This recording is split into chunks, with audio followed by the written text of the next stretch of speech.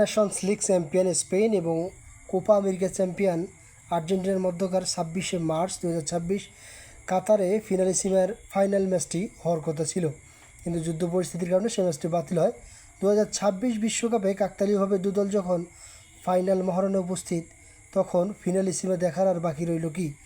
Argentina এবং Spain দুদল অত্যন্ত শক্তিশালী এবং টেকনিক্যাল ফুটবলে দুদলেই অনেক এগিয়ে।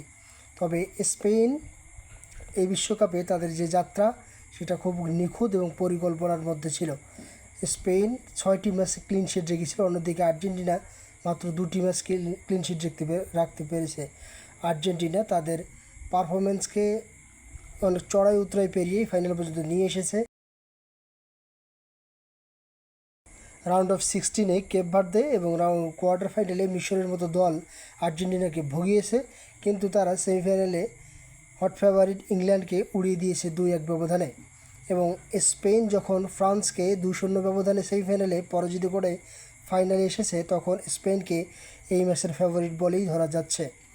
স্পেন 2026 ফিফা বিশ্বকাপ এবং 2010 ফিফা বিশ্বকাপের ফাইনাল 2টি ম্যাচেই ফাইনাল খেলেছে এবং 2010 বিশ্বকাপের তারা চ্যাম্পিয়ন, একবারই চ্যাম্পিয়ন হয়েছে স্পেন। অন্যদিকে আর্জেন্টিনা 2022-এর সাবেক চ্যাম্পিয়ন। তাদের এই ধারাকে অব্যাহত রাখতে 2026-এ তারা যদি এই ম্যাচটি জিততে পারে, তবে টানা দ্বিতীয়বারের মতো বিশ্বকাপের ইতিহাস গড়ে চ্যাম্পিয়ন হবে আর্জেন্টিনা।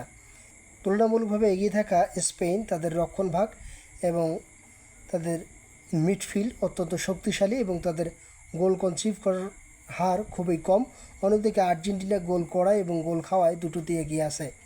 আর্জেন্টিনা সেমিতে লাস্ট 10 মিনিট যেভাবে খেলেছে, সেটা যদি স্পেনের সাথে শুরুর থেকে খেলতে পারে, তবে ফলাফল অন্যরকম হতে পারে। তবে যদি খেলা ধীর গতির হয়, তবে স্পেনের নিখুঁত পাস এবং তাদের বল দখল, বল পজিশন এগিয়ে রাখবে তাদের এই রেসে। বিশ্বকাপ ফাইনাল খুব বেশি দূরে নয়, আজ রাত 1টায় অনুষ্ঠিত হচ্ছে সেই ফাইনাল ম্যাচটি। যেই কাঙ্ক্ষিত ফাইনাল ম্যাচে উঁচিয়ে ধরবে লামিন ইয়ামাল কিংবা লিওনেল মেসি বিশ্বকাপের সেই সোনালি ট্রফিটা।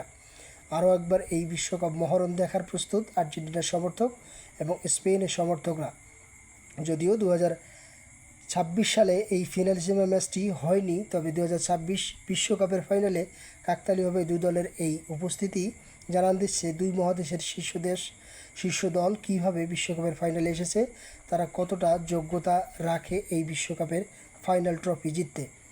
দু দলের গোলরক্ষক তত সুদক্ষ এবং বেস্ট পারফরমেন্স দিয়েছিল এমিলিয়ানো মার্তিনেজ 2022 সালে তাদের সর্বকালের সেরা বিশ্বকাপ ইভেন্টটি খেলে ফেলেছে। এবারও অনেকটা তাকে সেকেলে লাগলেও বিশ্বকাপের ফাইনালে তার কনফিডেন্স লেভেল যদি হাই থাকে, তবে স্পেনকে ভোগাতে পারে। যদি ম্যাচ পেনাল্টি শ্যুটআউটে গড়ায়, তবে এমিলিয়ানো মার্তিনেজের অতি মানবীয় পারফরমেন্স আর্জেন্টিনাকে বাঁচিয়ে দিতে পারে, তুলে দিতে পারে দ্বিতীয়বারের মতো আরেকটি শিরোপা, যার ফলে চতুর্থ শিরোপা অর্জন করবে আর্জেন্টিনা। অন্যদিকে স্পেন দলের গোলরক্ষকের দায়িত্ব রয়েছে উনাই সিমন, যে ক্লিন শিট রেখেছে 6টি এবং তার গোল কনসিভ করার হার এই বিশ্বকাপে খুবই কম এবং বেস্ট পারফরমেন্স দিয়ে যেতেছে এবার উনাই সিমন্স। বিশ্বকাপের এই ম্যাচটি কে জিতবে বলে আপনার মনে হচ্ছে, প্রেডিকশন করুন কমেন্ট বক্সে এবং ফলো দিয়ে রাখুন মুরান স্পোর্টসের ইউটিউব চ্যানেল এবং ফেসবুক পেজে।